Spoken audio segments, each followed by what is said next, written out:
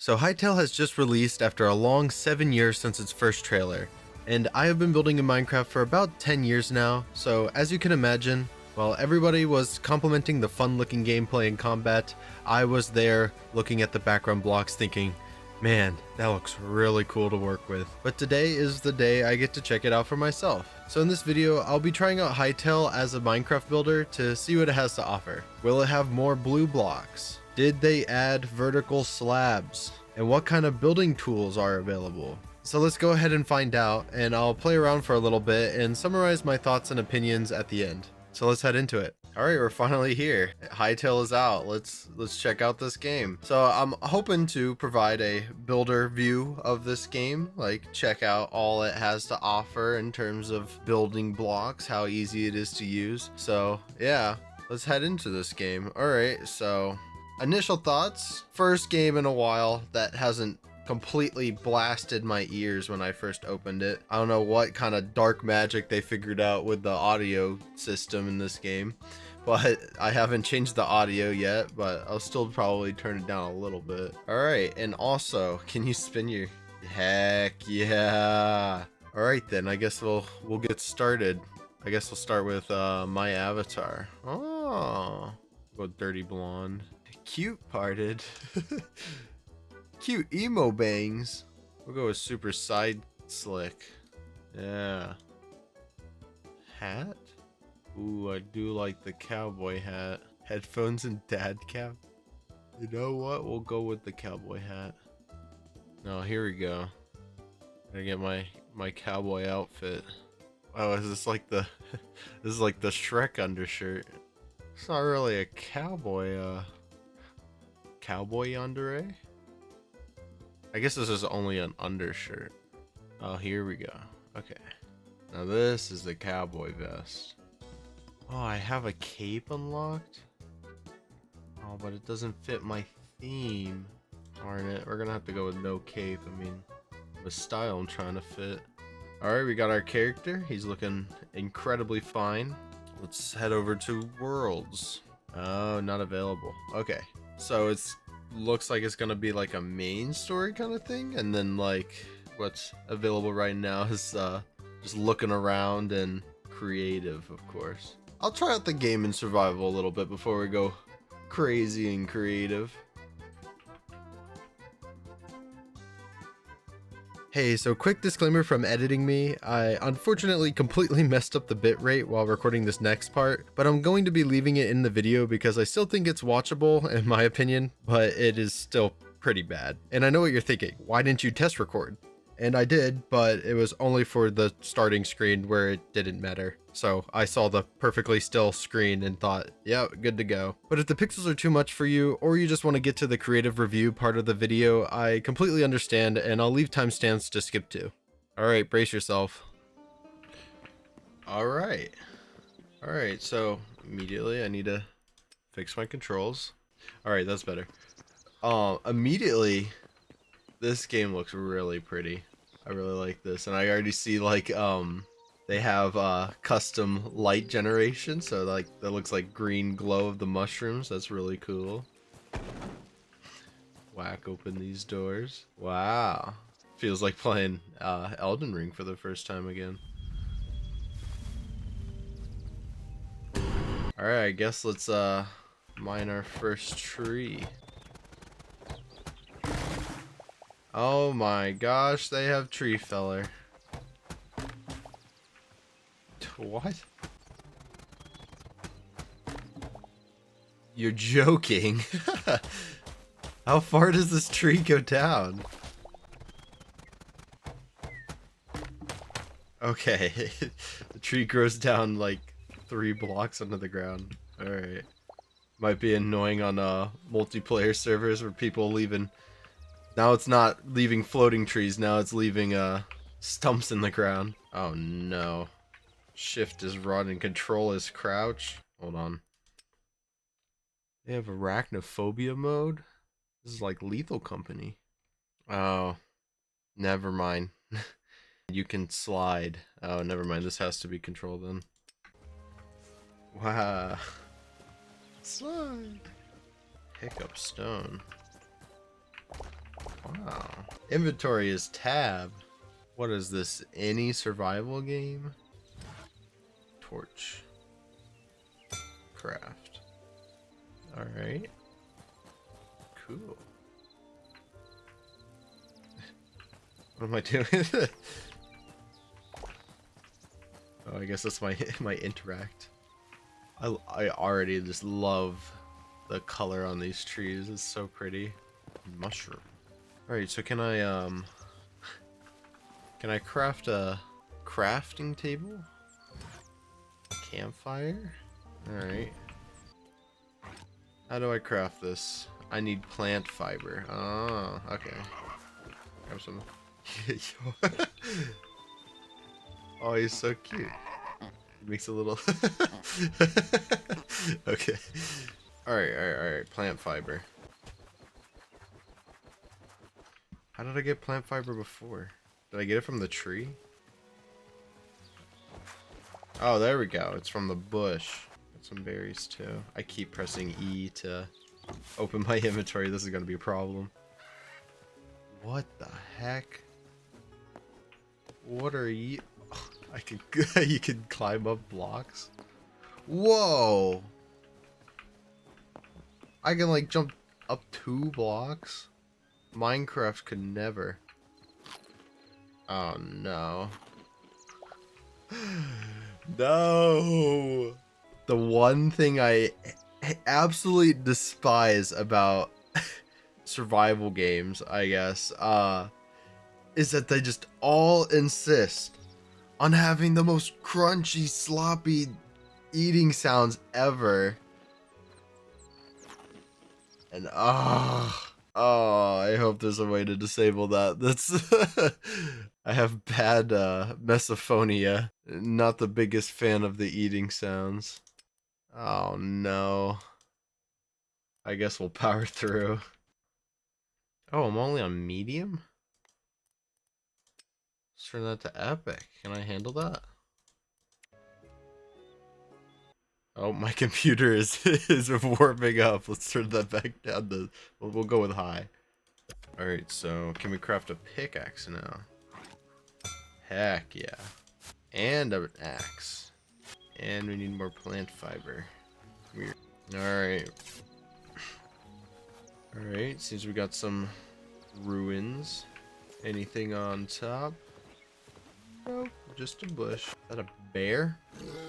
Oh my god. Oh no! Ah! This is not good. Alright, we're gonna fight the bear.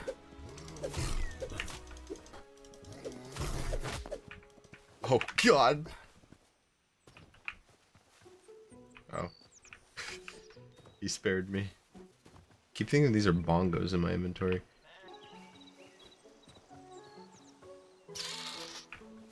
Why? These cave spiders do not mess around. They attack you during the day. Alright, we're going towards this tower. God, I love those sounds. Oh, now it's... Oh my... You don't do nearly as much damage as the bear did. Okay. Life essence, a form of overflowing life energy found in abundance around plant life and orbis. In great enough concentration, perhaps it could even bring forth sentience. Whoa. Alright. Cyan hibiscus. Your intelligence is about to get an upgrade. Alright, first temple. Can't read it. F to turn on. It's pretty. I love the glowing lights. Whoa. Friend? Oh, you idiot. I'm gonna steal your chest. Alright, how tough are you? Where is your health bar, sir?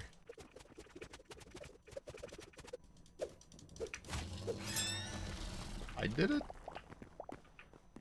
Do you have ultimate abilities? Okay, that's kind of cool. Very cool. So now what is the portal?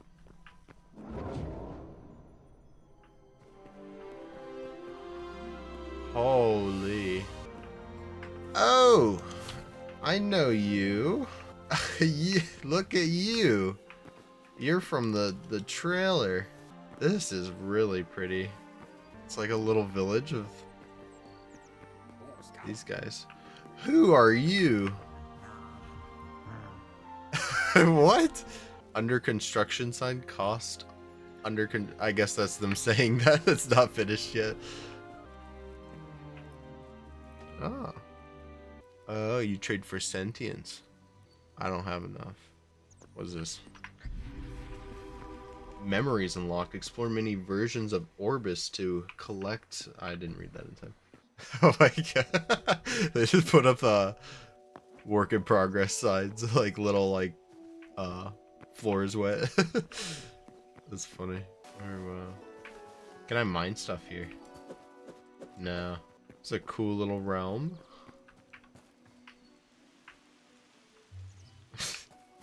You sit? Oh, you can sit. Look at me. Oh, I can't even pick up the mushrooms here. Alright, I gotta at least see if I can climb up to a tower. I smell secrets. Oh. No secrets. I guess the only secrets were the floating moss. Unfortunate. Alright. I guess let's head back and explore some more.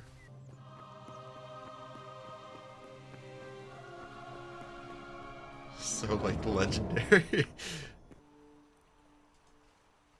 Oh, there's a map. They have integrated world map? That's really cool.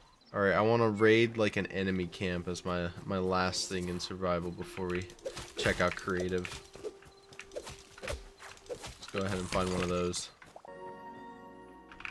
Oh my, I thought he's shooting something at me. No! I thought it was just the skeleton. I guess now I figured out how to block. Oh. Do you go slow in water like in Minecraft? Must have been the wind. I love these colors. Look at how pretty these trees. Blue? They got blue trees. Minecraft, you gotta get on this. Can I eat these? No. I've noticed there's no hunger bar. I wonder if it's like back to like old Minecraft where you just heal by eating. Nope, spider. There's a lot of bears. Wonder how building with these like little parts are gonna work out. Whoa. Oh my god, he's fast. Wow, my whole commentary on this game is just gonna be like, this is pretty. It's so pretty. No! Why? Turn away. Is that a duck? Can ducks fly like that? I guess they can. I'm gonna cut that. Oh no, it's getting nighttime. Whoa. What is that? Is that somewhere I can go? Is that a lobster? Can I make a boat? Oh, I can make a workbench now. A bow. Mithril. So that's the best.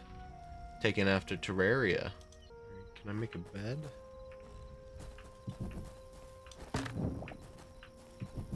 You place fast. Can I craft a boat? Backpacks. That's cool. Oh, bed.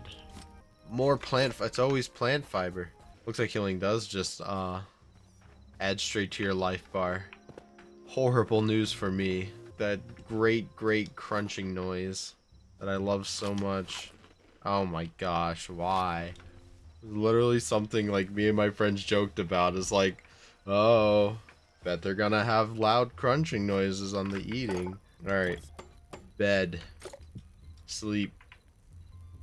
Yes. Sleep.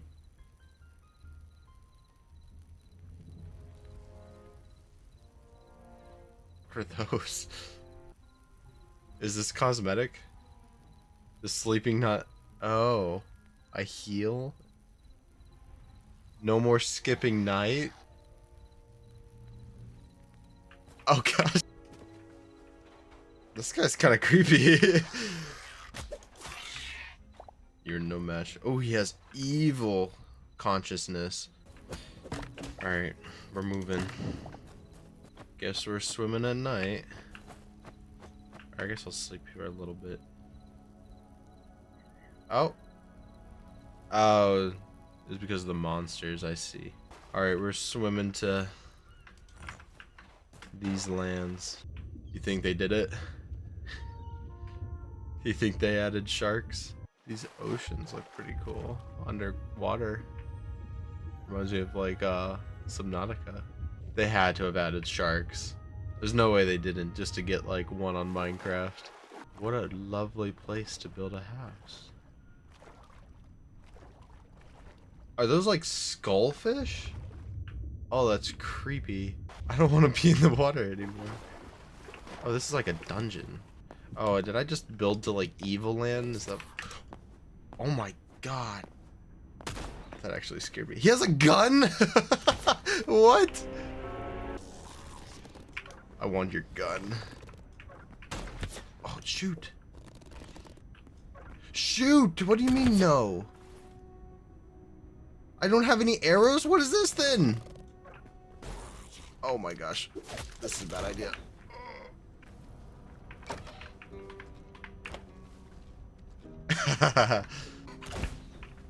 Are you shooting the door? The chickens are evil too? Oh no, I can't die to a chicken.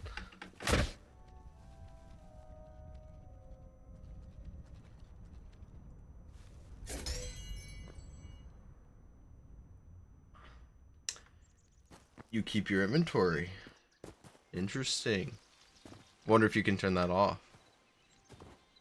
Not that I'm completely against having keep inventory, but let's check out online. See how this works.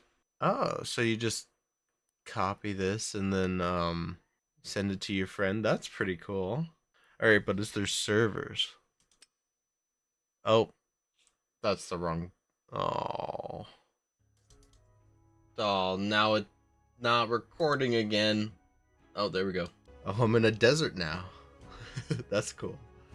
I also really like the music too. Music is pretty. It's very cinematic. All right, mini games coming soon. Okay, servers. Okay, I see.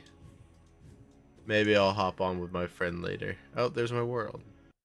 But let's get to the main attraction that I want to really look at in this game, and that is the beloved creative mode.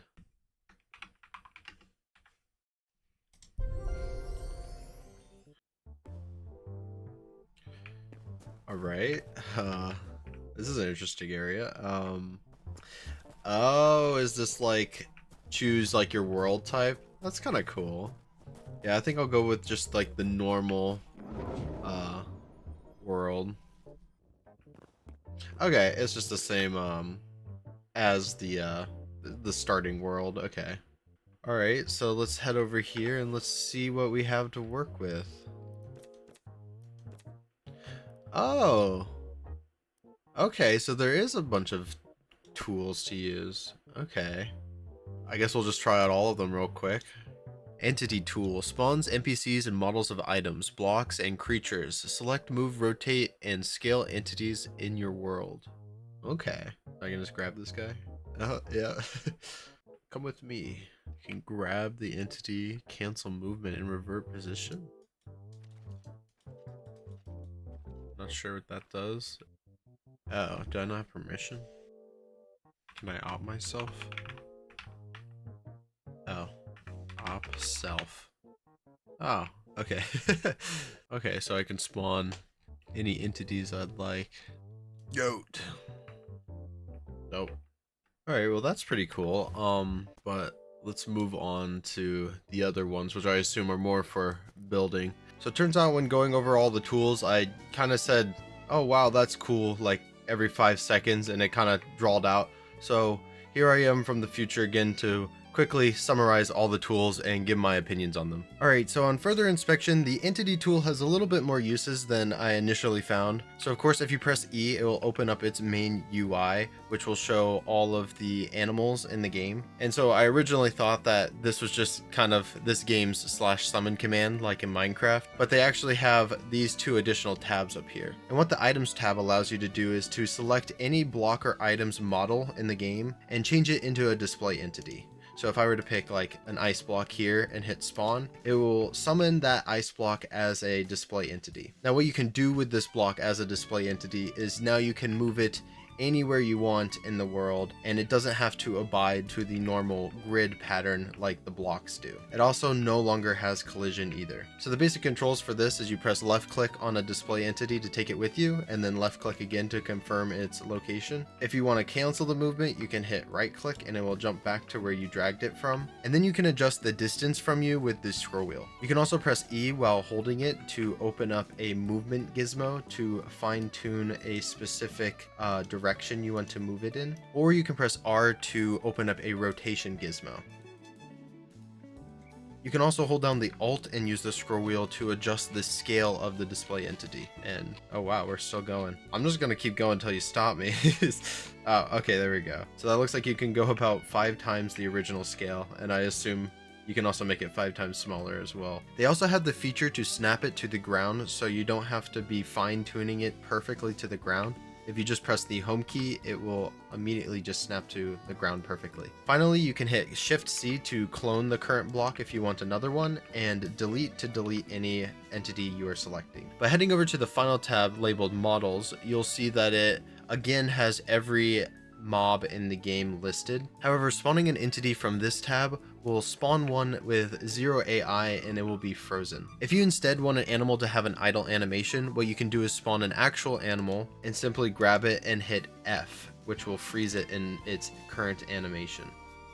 So this tool is pretty useful if you wish to brute force some decorations. So say I want a pickaxe to be laying on this table, I could grab a pickaxe model, rotate it down to be laying on the table, and then I can just place it wherever I want. And there you go, you have a pickaxe on the table. It can also be useful for stuff like map making if you want to make like a hidden wall that players can walk through. So the next tool is the laser pointer tool, and this is one of the tools that I sadly wasn't really able to find its main purpose for. Like if I were to go to the previous tool, the entity grabber, and press L, a legend pops up that tells me like all the different controls and what it does. But if I switch back over to the laser pointer tool, there isn't one. So I wonder if they're still working on this tool, if there's going to be new features for it in the future. As of the time recording this, I couldn't really find any documentation online about them. So sorry if I missed anything, but what this tool does do is it shoots a little laser pointer. And as you can see to the right, it says blocks edited 0. So I assume that it's meant to do something to the blocks you fire it at, but it doesn't appear to do that. Another rather odd feature that this brush has is if I punch, I can hit any block from any distance. Not sure if that's intentional or not, but it's interesting. So another feature of the brushes in this game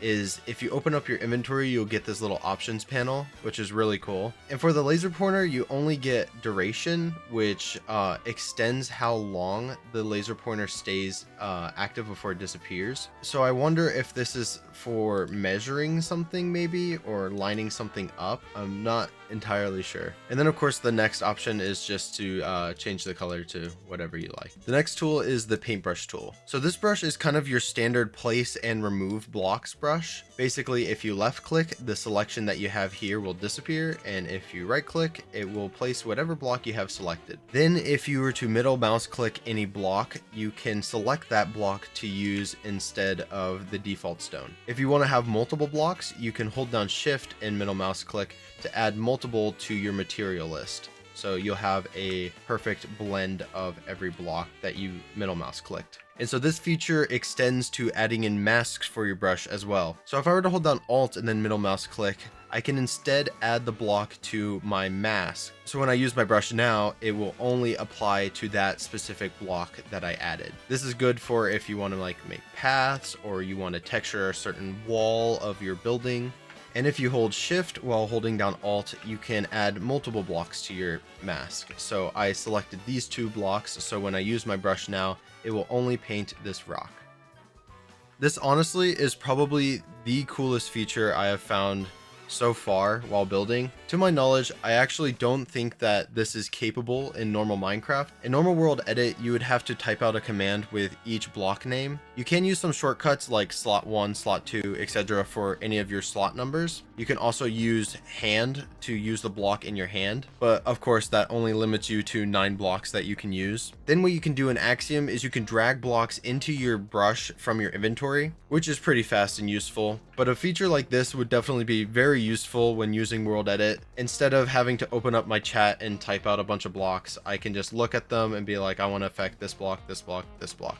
And then I can either use my brush on it or do any replace command that I need. So moving back to the brush, another quality of life that you can do is you can use your arrow keys to increase your brush size. And I am definitely a huge fan of this, so you can visually indicate how big your selection will be, and you don't have to open up a menu to change that constantly. I will say that I do prefer the way Axiom handled this, as you can hold down your middle mouse button and drag it in a certain direction to change your brush size. It's just a bit faster without sacrificing any of the precision. You also don't have to take your hand off the mouse and then move it over to the arrow keys. But in all honesty, this works fine and is definitely a welcome feature. One last feature of the paintbrush before we head into the settings is the surface mode, which if you hold down Shift and E, it will spawn in a little grid-like pattern that you can use this gizmo to move around. And what this pattern will do is it will act like its own surface without it actually being a block. So I can go ahead and paint on this as if it were a surface. You can also do Shift and R to summon a rotating gizmo as well, if you wanted your plane to be at an angle. One comment on the gizmo specifically for this tool and other tools that are coming up is I would have an option to scale the gizmo with how far away you are. That way, if I'm all the way up here, I'm not trying to like squint my eyes to grab the tiny little thing to move it, which is how it works in Axiom. You do have the ability to just hit Shift and E again wherever you are to just move the gizmo to wherever you clicked, which is really nice. But again, if you're like all the way up here, it doesn't matter where you click because you have no blocks around you to click to. And I honestly think that this should be a preference because I can see some people not wanting the gizmo to just be attached to them at all times. So people might prefer this way as well. As for uses with a surface like this, I kind of struggle to imagine what I would use it for, but one thing I thought of is if you wanted to make like maybe a natural bridge of sorts, you could have a suspended platform to paint along and make yourself like a nice little bridge. Then also you could use it for if you wanted a slope kind of shape on your terrain as well. I'm sure if I played around with this some more with some projects, I would find some more uses for this, but that's all I got for right now. So moving to the settings, at the top you have a display of what materials you are currently painting with. There's only 7 slots listed here, but you can go above it. It just won't be displayed here. And then of course you can edit the size of your brush if you prefer sliders. You can also change the shape of your brush, so if you didn't want to paint with a cube, you could paint with something like a sphere, which I honestly think that sphere should be the default shape because I would find myself using the sphere 9 times out of 10 over any other shape, simply because I think it just looks better if you want like a path or when you're working with terrain. I usually would prefer to have a more rounded shape. Next up is origin, which allows you to change your cursor from the center, bottom, or top of the brush. So if I were to put it at bottom, you would see that it is centering my cursor around the bottom of my selection. So if I were to disable my mask and then start painting, you would see that I have a more of a raised sphere, as opposed to if I have it in the center and do the same thing, it would be much lower. Next up is mirror access, which I sadly could not figure out what it does. Never mind, I figured it out a bit later. So if you have a shape that isn't symmetrical, like a cone, so if I were to place this, you'd have a cone facing straight up, but if I wanted that cone to be upside down, I could do mirror access Y, and then it will flip that cone on the y-axis, so it will be upside down now. Which is kind of funny because the X and Z flip wouldn't really do anything to any of these shapes here because they are all symmetrical on the Z and X axis. Then another weird thing is that all the ones that would be affected by the y-axis one, it seems like they have an inverted version which just flips it anyways. So I'm not sure why they have that option if they just have the brush there. But anyways, back to it. Wall thickness is what replaces hollow spheres in World Edit. So if I were to have this at 0 and give myself a pretty big brush and then I were to click, I have no clip on. So if I go into here, you'll see it is a fully solid sphere. However, if I were to replace this with something like 1 and then use it, you will see that this sphere is now hollow with a wall thickness of about 1.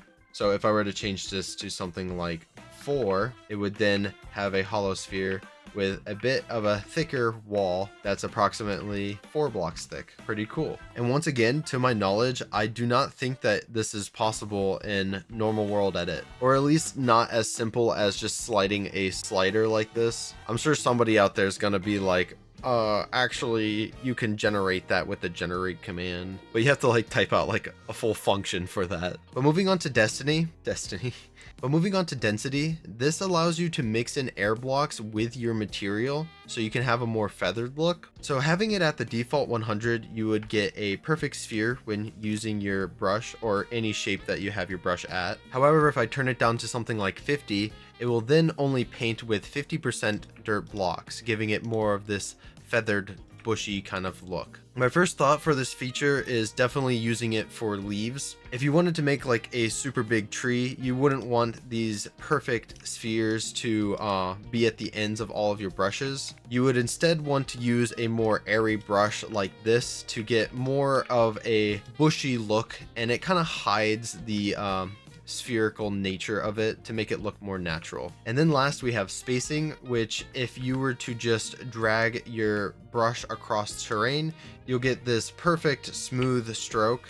However, if you turn up spacing, that will be the amount of blocks before your next interaction with the brush will happen. So if I go along here, it will happen every 52 or so blocks. This is definitely a feature I wouldn't find myself using all that much, but something I can imagine you using it for is maybe for if you want like a rock every once in a while. So if you can just drag and then just have it place a ball every once in a while as you go through. Not sure if I would be using this a whole lot, but it doesn't hurt to have. While we're on the topic of strokes, one change that I would like to see is if you were to make a stroke like this, and then I were to do undo, it's going to undo every single ball that was placed in that stroke. I think I would much rather have it just delete the entire stroke.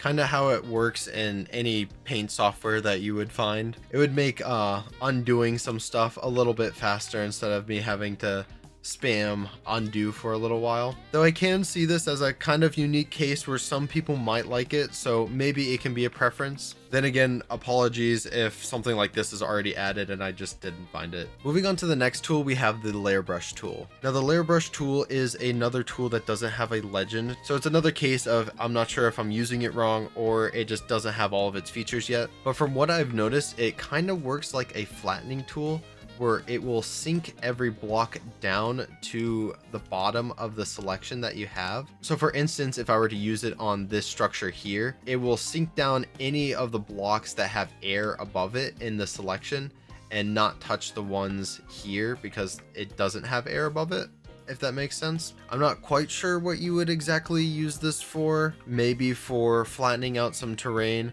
although it might be a little hard because it doesn't stop anywhere. I suppose you can use this as some sort of like de-elevation tool if you wanted to make like a pond or something and you didn't want to have any overhangs. That's about all I could really think about for this tool, and I personally would probably use a different tool like the next tool up, the Sculpt brush tool, for something like this, but I'm sure somebody will find some creative way to use this. In the settings, you have all of the same settings from the paintbrush with the addition of the direction. So instead of down, you can have it go up, and so it will destroy any blocks with air below it, and it will kind of shrink it upwards. You can also change this to the camera, so anywhere you're facing or any direction. And thickness, as you can imagine, will increase the amount of blocks it shrinks by. So if I have this at 4, it will shrink by 4 blocks instead of 1. Then if you scroll down, you have the option of enabling up to 3 layers of materials. Now this is pretty cool if you want to texture your terrain in a vanilla kind of fashion. So as you can see, I have set up my layer 1 to be grass, then dirt, then stone. So if I were to mask this dirt here and then start painting on it, you'll see that it will paint 1 layer of grass, then 1 layer of dirt, then 1 layer of stone. Then say if I wanted the stone to extend a little bit further down, I could go into the settings and increase the thickness of layer 3 specifically, and then when I paint, it will fill in all the stone below it. Next we have up is the Sculpt brush tool. So this tool is definitely the terrain tool. Your right click will expand your material blocks out to you, and this works kind of similar to the weld tool in Axiom, where it basically just pops up any blocks from any surface. And then your left click will act as your melt tool, so it will do the exact opposite and shrink your blocks into the direction that you were facing, working in a similar fashion to the melt tool in Axiom. But here I do appreciate the combination of the two into one brush, because in Axiom you have to switch back and forth between the two every time you want to use them, which doesn't take a whole lot of time, but it is not nearly as fast as just left and right click, which we have here. Then holding shift and right click will enable your smooth tool. Now this is something I was beyond impressed that they added into this. When I heard that they were adding in some build tools to this, I for sure thought that they were going to add the very bare bones world edit kind of selection tool, but this is pretty above and beyond. Heading into the options, we have all of your usual parameters, however with the addition of smooth strength. So what smooth strength does, as you can imagine, it increases or decreases how effective the smooth tool will be. So if I were to have this at 2 and I were to use the smooth tool on this cube here, you will see that it will smooth out the edges pretty quickly. However, if I turn this down to 0 and then use it, it will shrink a lot slower. I don't really see too much of a difference between these two values. Obviously this smoothed a little bit more. I'm not sure if it's the brush's kind of sensitive nature where it kind of activates pretty fast, or if these numbers just kind of have a more mild effect on the brush itself. But I would appreciate if they made 0 kind of like almost no smoothing at all, kind of like how you can do in Axiom. The reason you'd want this to be able to go super low is if you wanted to maintain a weird or specific shape in like your terrain, you wouldn't want it to just instantly kind of smooth it out completely, because you're not going to always want to just build a super smooth hill all the time. You're gonna want some jagged edges. Sometimes you're gonna want to build mountains that have peaks. Then on the other hand, you would want a super high value if you wanted to make something like a beach and you needed it to be very smooth. So I would appreciate it if they kind of expand the range a bit with these values and maybe have it go to decimals instead of just snapping to 1 and 2 here.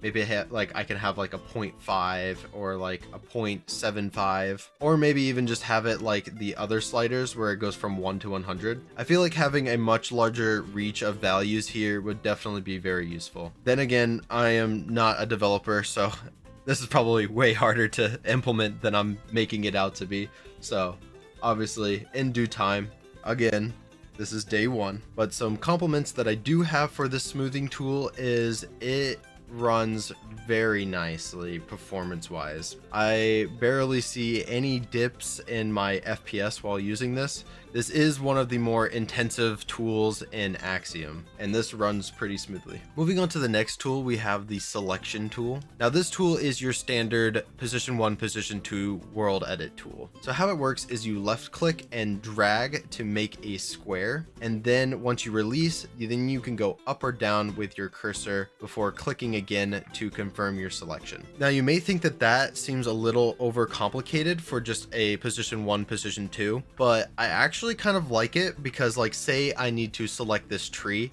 I can just drag to where I need it and then expand it upwards immediately. Now, you can still do a position 1 and position 2 if you hold down shift, and then you can just left and right click to make your selection. But as you can see, I now have to drag it up because there's no blocks up here to select with. So if you can get the handle of this system, I can see you making selections extremely fast with this. Then of course, the immediate compliments I have for this system is how easy it is to expand your selections. See, of course, you can do this in Axiom as well. However, you have to do it by editing specifically your coordinates with gizmos that I kind of find hard to click on and a little bit annoying to work with. For instance, if I needed to like move a certain corner, but the position isn't over there, it's at another corner, I have to kind of maneuver my way around that. But with this, if I just need this side expanded, I can just click and drag it. Super easy. Another thing that I really appreciate about the selection visuals is they put a gray filter on any of the selection that is covered by a block. So this makes it extremely easy to tell where the selection interacts with like the ground, for instance. And this also makes it really easy to see if something is outside of your selection. There's a pretty popular mod called World Edit CUI that does something similar to this. It's an extension of World Edit that adds a very similar grid pattern. However, occasionally when I use it, I will get to the scenario where it's like almost like an optical illusion, where I can't tell if something is in a selection or not because I can see the selection through everything. Not to mention that seeing the selection through everything constantly, especially when you have a large selection, is a bit jarring to look at. So I definitely appreciate the attention to detail here. It makes it a lot easier to comprehend. So moving on, along with being able to drag each face outwards like this to expand your selection, you can hold down shift and they will turn red, and these will instead move the entire selection in that direction. Then next, if you hold down alt instead of shift, they will turn white, and then you can select a panel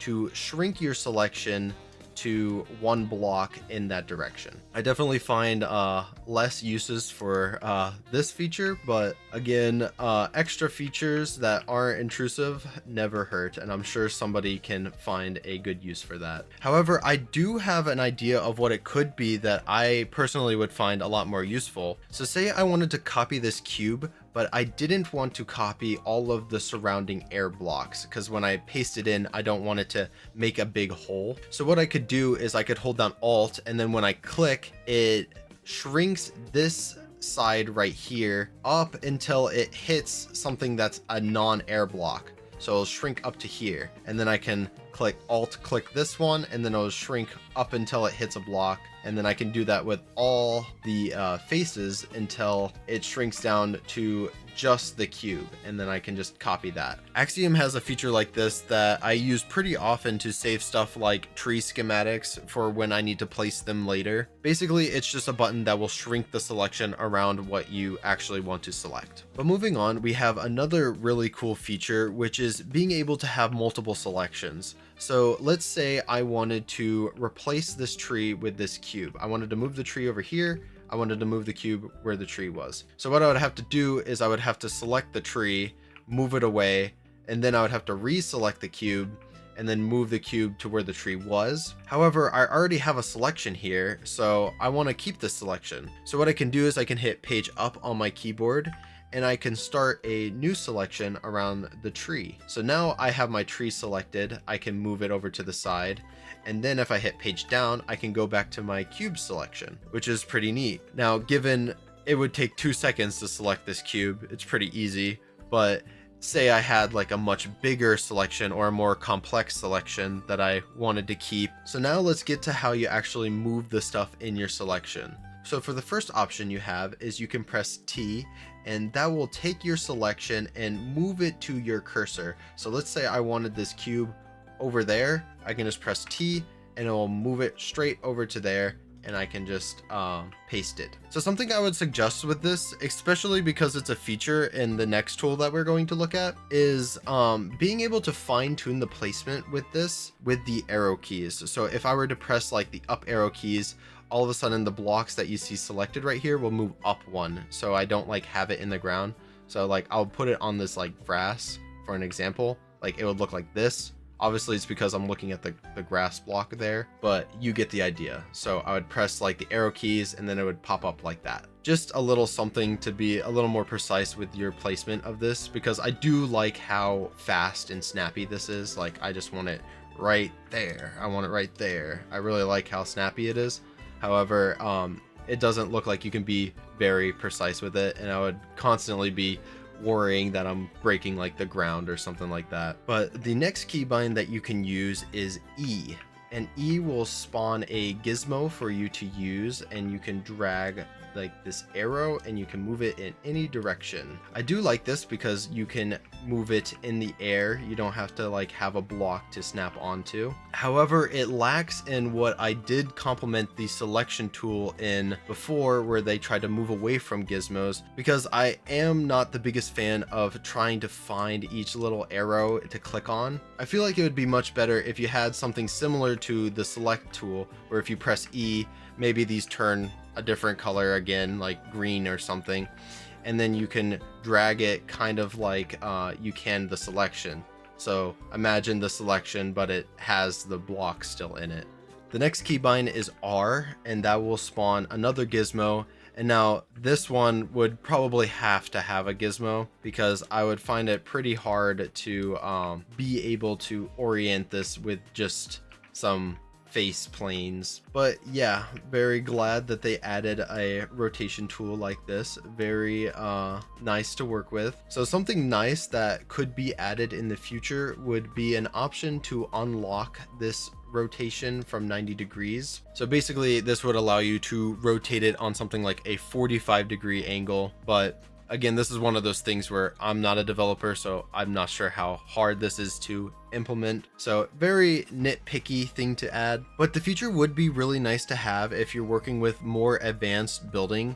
Like if you were to be building a face and you wanted it to look in a very specific angle, what you would want to do is build it facing forward first to get your shape and map out like where you would want like the eyes or the mouth. And then what you can do is you can select it and then rotate it into that position. And then of course it's a voxel game, so it's not going to be perfect, but that's when you would go through and then you would detail it.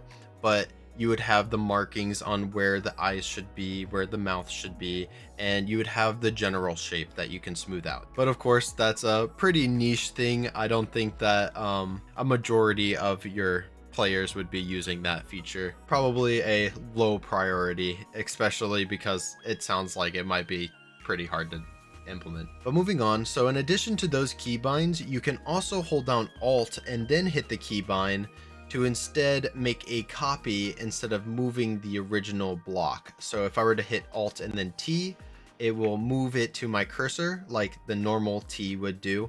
However, it will keep the original there, as well as making a copy. Then of course, speaking of copying, Shift C will copy your selection. Oddly enough, there's no Shift V to paste. If you just do that, you'll move into third person here, because I think that they want you to use the next tool on the list, which is the paste tool, which I'll get into in a second, or they want you to type out the paste command like this to paste it on you. However, I'm not sure why they don't allow you to just do Shift V and then maybe have like a little thing pop up where you can then place where you want it to be. You can like move it around. I went ahead and just did Alt T here, but it would be nice if you can do a Shift paste for just placing whatever you have copied instead of like having to select it like I have done here. Then moving to the last page of the legend, you have all of your basic world edit commands. I'm not going to get super into depth with these, but you have like your /set. So if you do /set stone, I'm not sure if this is bugged or not, but it seems like it sets everything to air no matter what I put in there. I don't know if I'm doing something wrong, probably am. Maybe it's a glitch, I'm not sure. Again, day one, but it actually does work if you go into the options of the tool. You can select any of like these and fill in your material, and then when you hit execute command, it executes it how you would imagine. But yeah, your basic world edit commands, you have like stack, and it will stack it. Works just like World Edit. However, some stuff that I'm definitely gonna have to get used to with this game is doing just one slash instead of doing the World Edit // and then also just the Minecraft pressing T to open up the chat. I keep accidentally moving my selection to my cursor to like when I'm trying to open up the chat, but that's totally just a me issue. That's something I don't think needs to change. So now a thing that you can do with your copied selection after you do Shift C, I almost said Control C, is you can save a prefab of it. And what prefabs are this game's version of schematics. So if you do prefab save, it will pop up this nice little GUI where you can name it. I'll name mine just test, and you can have it include entities. So if you have like chicken in your selection, it will be pasted with it as well. Include empty blocks, I assume, is just if you want to include air blocks with your selection. So if your selection has any air blocks, when you paste it in, those air blocks won't cut into the surrounding terrain. Override existing means that if I were to already have a prefab named test, which I do, it would replace it. So if I were to hit save right now without checking this box, it will say prefab already exists and it won't save it. However, if I do leave this checked and hit save, it will go ahead and save over my previous prefab. And then lastly, save from clipboard tells the game whether you want to save this prefab from your current selection or from what you have copied. So say I have copied this cube. So if I hit Shift C, I copied this cube, and then I go ahead and select this tree. Basically now, if I have this unchecked, that means that I would be copying the tree that is selected here. But if I do have it checked, then it will save the cube that I have in my clipboard. As for what you can do with prefabs, I'll now explain with the paste tool. So with the paste tool, its main function is you can hit E to open up all of your prefabs. And so the developers of this game were nice enough to go ahead and add in every single asset in the game for you to use, which is very, very generous. Very cool that they did this. So like you could go into the trees folder and then you have all of the different trees in the game that you can just work with. So if I select something like bamboo and stage 3, oh my gosh, there's so many different variations. But let's say I select this bamboo, you will get a little visual indicator on where you're going to place this, and you can go ahead and right click to place as many as you like. Now, what I've noticed is that if your prefab is a little too big, I think due to performance reasons, you won't see this little preview here. So take that into consideration if you're using something super big. But something cool that you can do with this visual indicator is pressing T that will disable the textures so you can more easily see the ground behind it that you're pasting on. Then some other features you have are the ability to rotate your prefab. So if you press the R key, it will rotate around the Y axis. Shift plus R would be the X axis, and Alt plus R would be your Z axis, even though it's not seeming to work for me on the Z axis. But why you might want to do something like this is if you have like a certain structure that you want to be rotated, especially if you only have one asset, you can paste them at different rotated angles. It will kind of hide the fact that it's the same tree over and over again. So you technically have like 4 trees instead of 1. Then if you press the Q key, you can change the position that your prefab is going to be pasted adjacent to your cursor. So for example, if I wanted to make an upside down tree at the bottom of this, what I could do is I can do Shift R to rotate it upside down, and then I could press Q to position it at the top of the prefab, which would be right here, and then I can have some upside down trees. And then lastly, as I mentioned before, you can use the arrow keys to more precisely define where you want to paste it according to your cursor. So page up and page down will move it up and down, and then your arrow keys will move it along the X and Z axis. This is a very cool and useful tool, and I am very happy that a lot of the features made it in. However, it is missing some features I really enjoy from Axiom's version of this tool, the stamp tool, basically allowing for multiple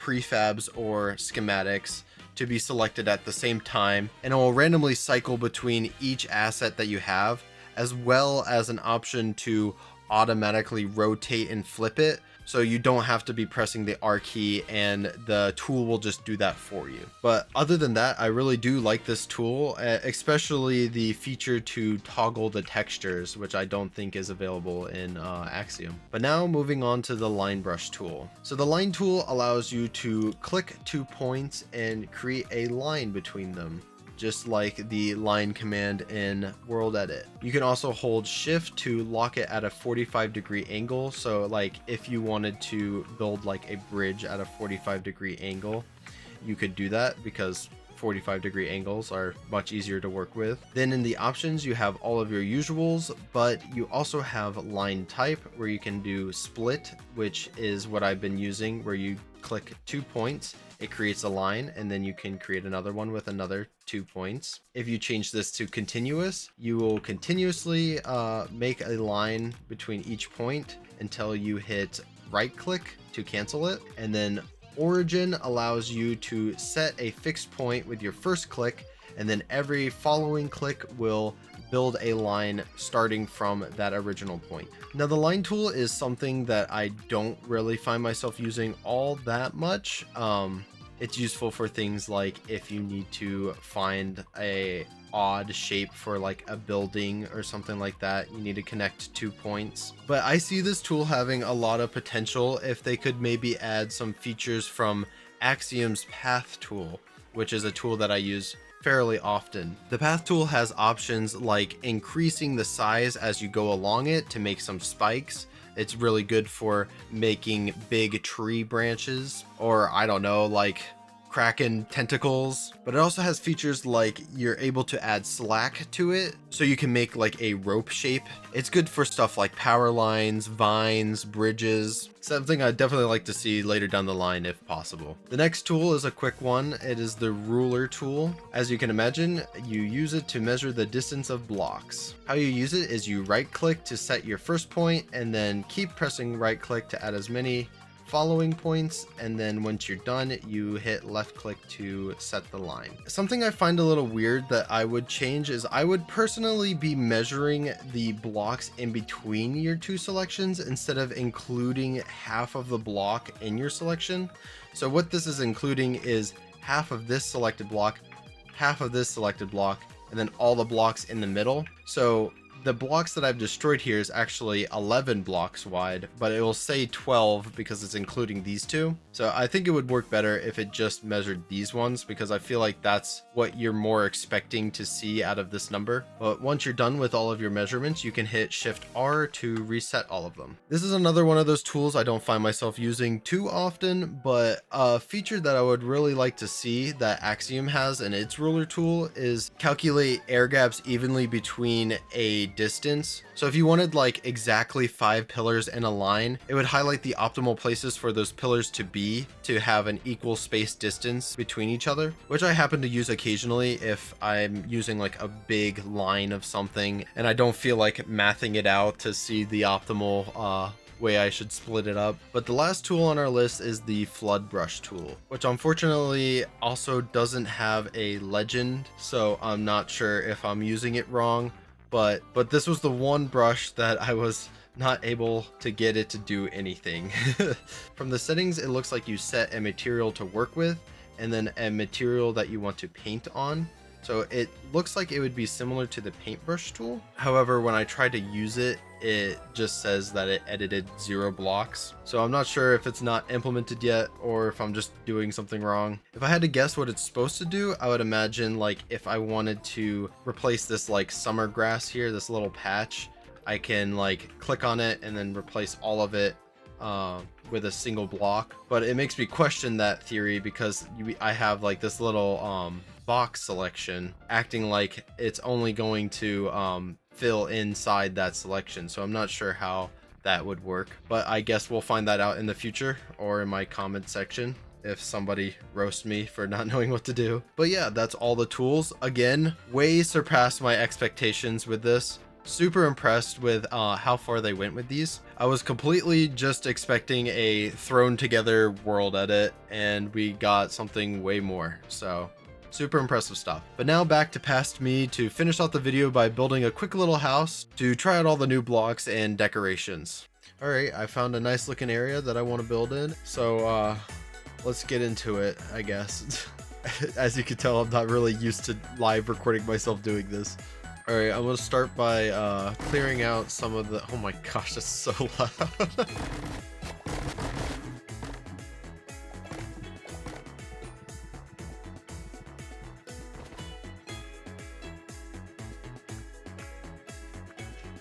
Oh my gosh, there's so many different types of grass. Now that I have it all cleared up, I'm gonna do some simple terrain work to put the house on.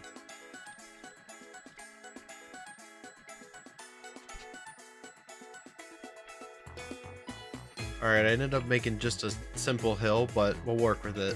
So now look at some blocks that I would want to use for the stone. Ooh.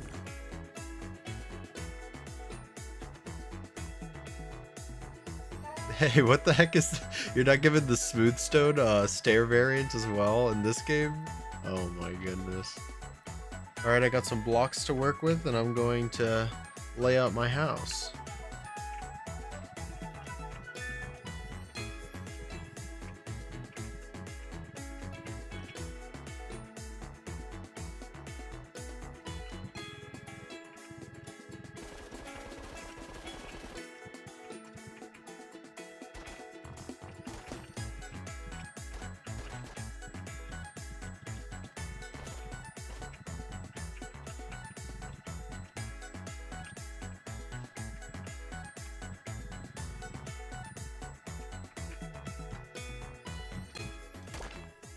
What?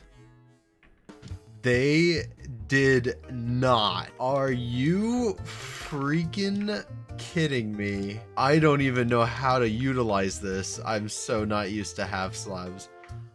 What? I guess that's one check off the list. Holy crap. I guess I'll have to check out if they added blue blocks to check out everything in my wish list, I guess. Wow. Well, here we are. I went through the creative menu and picked out any blue block that I could find, and wow, isn't this a beautiful little gradient we have here? Not even to mention that these three have slabs and stair variations. Super cool. But this isn't even it. I went ahead and compiled Minecraft's second most neglected color, purple, and wait until you see this. Freaking beautiful. I guarantee you we can't even come close to some of these colors in Minecraft. And maybe you're sitting there like, okay, I guess this is cool, but like, what's the big deal? Wait until I show you Minecraft's comparison to these. Now here are Minecraft's colors.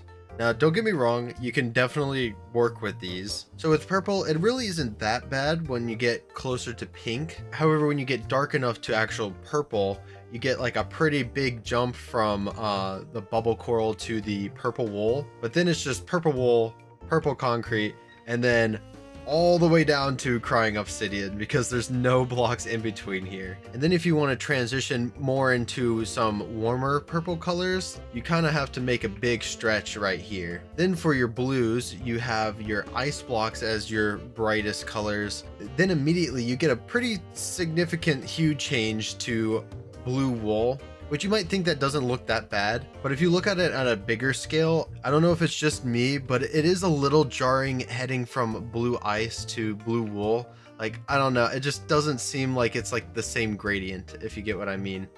And then of course, then you have your big drop off to light blue. Not a lot of blocks in between light blue concrete and blue wool. Then from light blue concrete, there's a pretty big drop off to your tube coral block.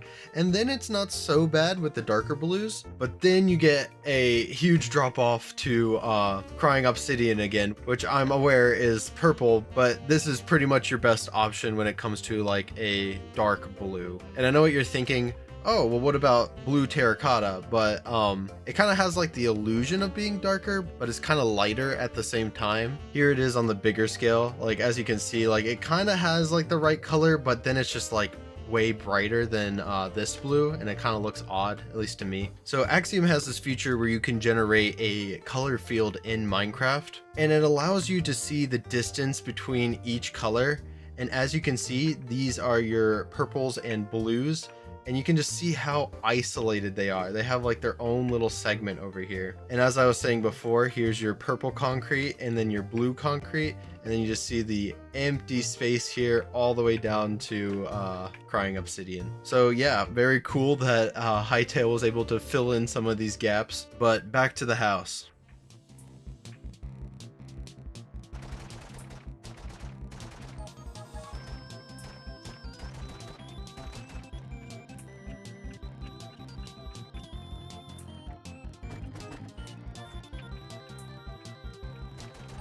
Oh man, I no longer have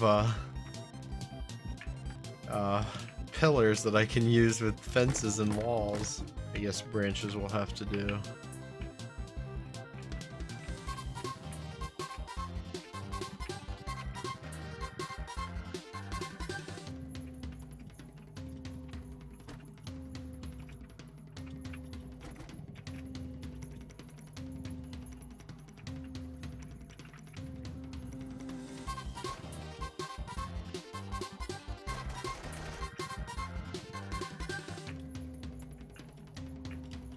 Can't place that. Man, why can't I place it like this? I want to place it on it, not to the side.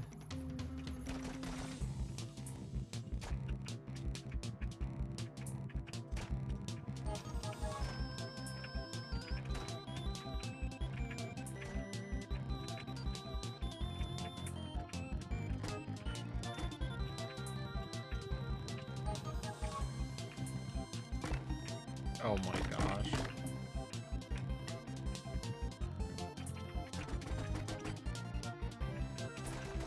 Oh, that's a nice blue roof.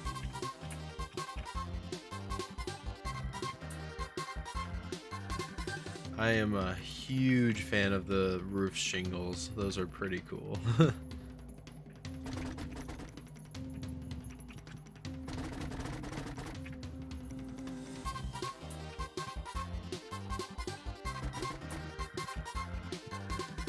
Oh, they turn into corner pieces too? That is awesome. Alright, so this is what we have so far. I'm liking how it's turning out. I have the basic idea laid out, and as I was building, I thought like, hey, I want to make a cute little cafe, so I think that's what I'm gonna do. I want to make like a little sitting platform right here for the restaurant guest to eat at. So I'm gonna do that.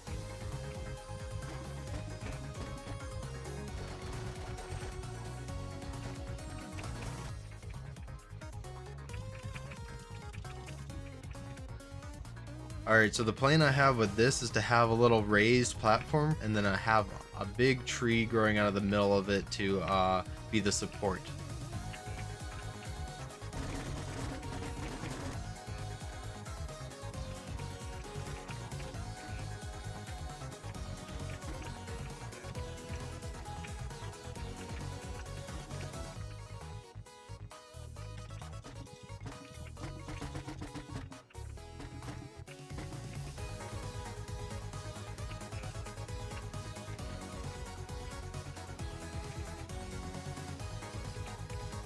Oh my gosh, there's so many leaves. This is so beautiful. I love all of these leaf colors. This is actually kind of insane. Oh no, they don't stay.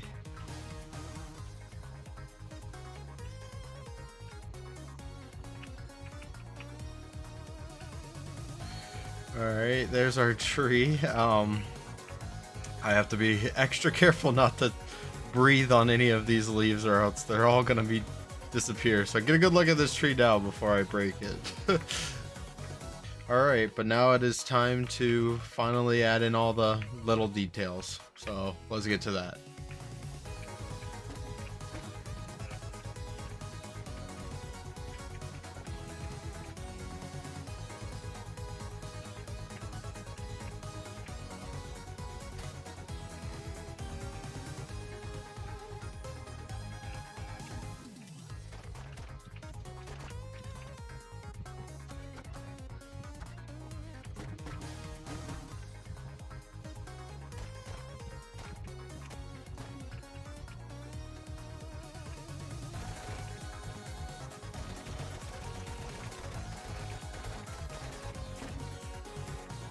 Ooh, I like how the grass transitions to the stone bricks. That's pretty cool.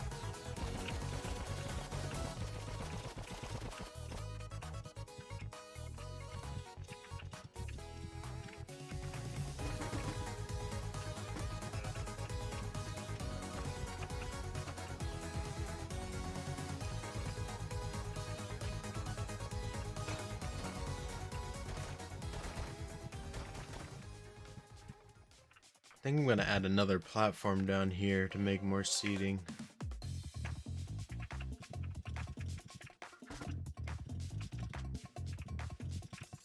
Man, there's gotta be a more optimal way to place these slabs. Am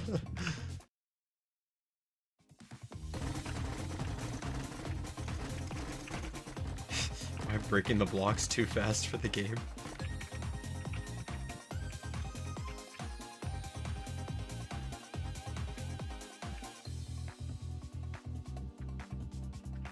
Alright, yeah, that looks nice.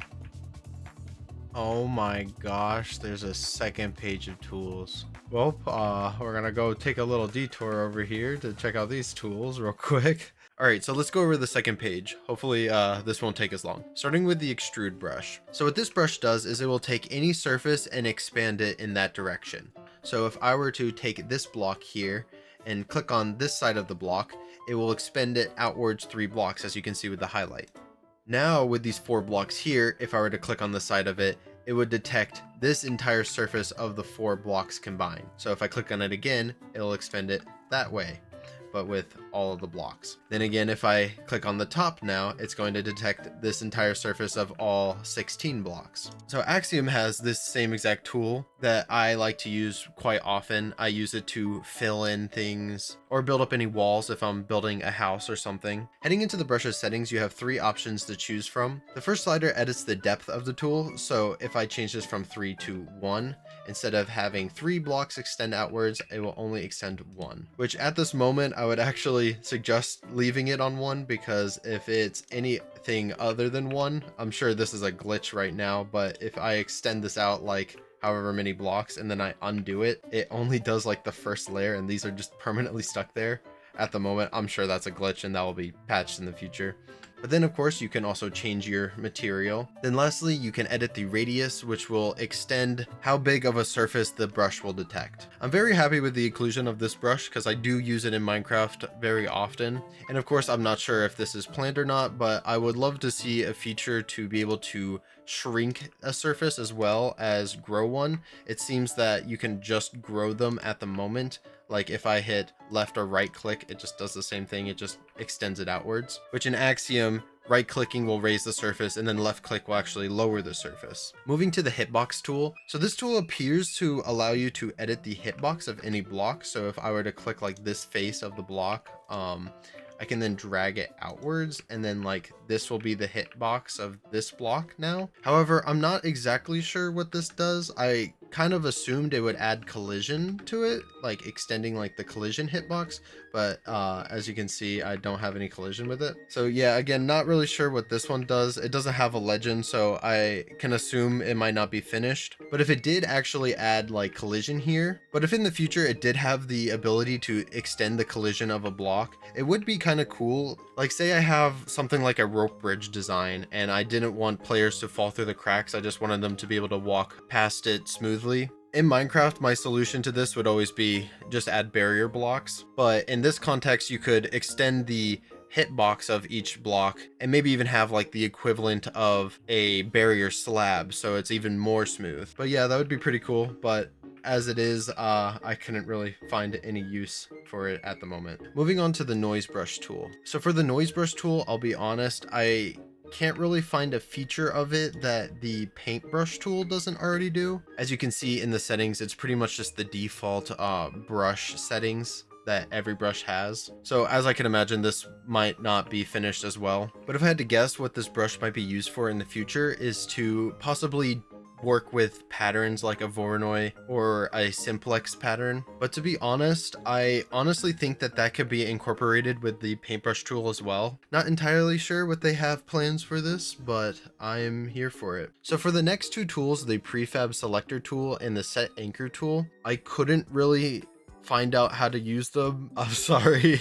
But if I had to guess, they might have something to do with this fourth tab here, where you have stuff like prefab spawner and block spawner. I tried messing around with these two, but I couldn't really find out how to use them or if they did anything. But based off of the names, I would kind of assume that this is more for map making more on like the gameplay side. But for any of these tools that I find out later information of, I'll put like a pinned comment or something going over some of the stuff that I missed. So yeah, sorry if they do something really cool that I'm not finding. So moving on to the next tool, the scatterbrush tool. So the scatterbrush tool kind of does the exact same thing that the noise brush does, and it also has just the default options. So I'm just going to assume that it's not fully implemented yet, but based off of the description, maybe it is meant to blend blocks together. So if I wanted to have like more of a gradient of this grass to this stone, I could use it along the seam, and then I might get like something like this, but that's just a guess. Moving to the smooth brush tool, as you can imagine, it just has the smooth brush feature from the sculpt brush tool.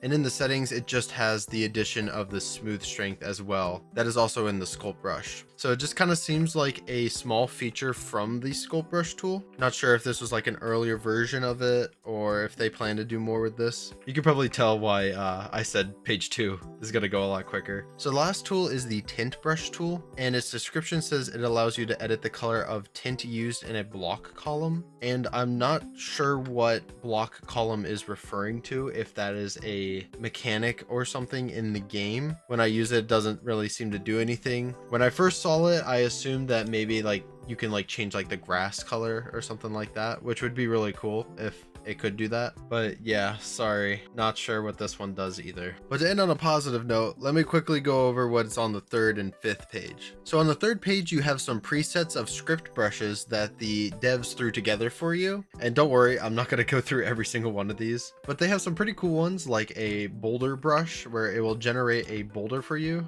I'm not sure where these blocks came from. They have one for lava cracks, which looks especially cool with the colored lighting. You have paths, but yeah, really cool. I recommend you try out all of these for yourself. Then for the fifth tab, which I wish I would have found when I was clearing out the area for my house. So basically what these are filters for your brush. So say I wanted to only affect air blocks, what I could do is I can go into my brush's mask settings and drag this filter into the mask. And now when I use this paintbrush tool, as you can see, it will not destroy the grass below it, and it will only affect the air above it. They also have filters for like all the grass. So if I wanted to clear all the grass, I can target all of those really easily. Again, would have been nice to know earlier, but it is how it is. But yeah, super cool stuff. Back to the house.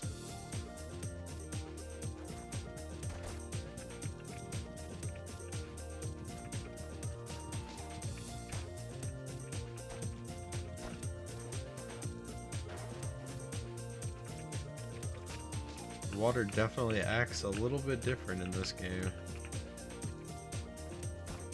Oh my gosh, look at all this water decoration. You have to get really creative with the kind of water decoration that you use in Minecraft, because they don't have a lot of stuff that really fits on water, so you have to kind of break the rules a little bit.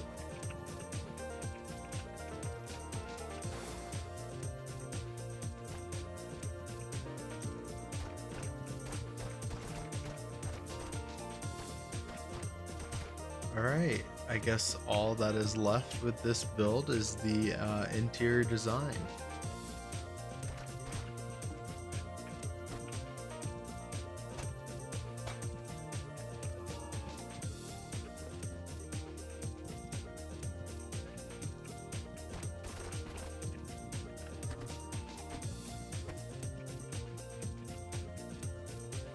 Man, I can't place the chandelier on the chain or on the beam. You're killing me. Sadly gonna have to put a full block there.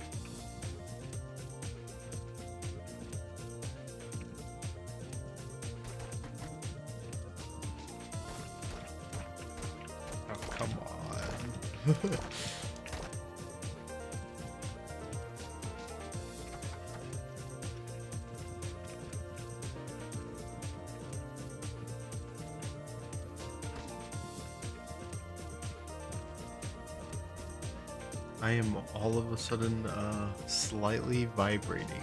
It's just let me reload.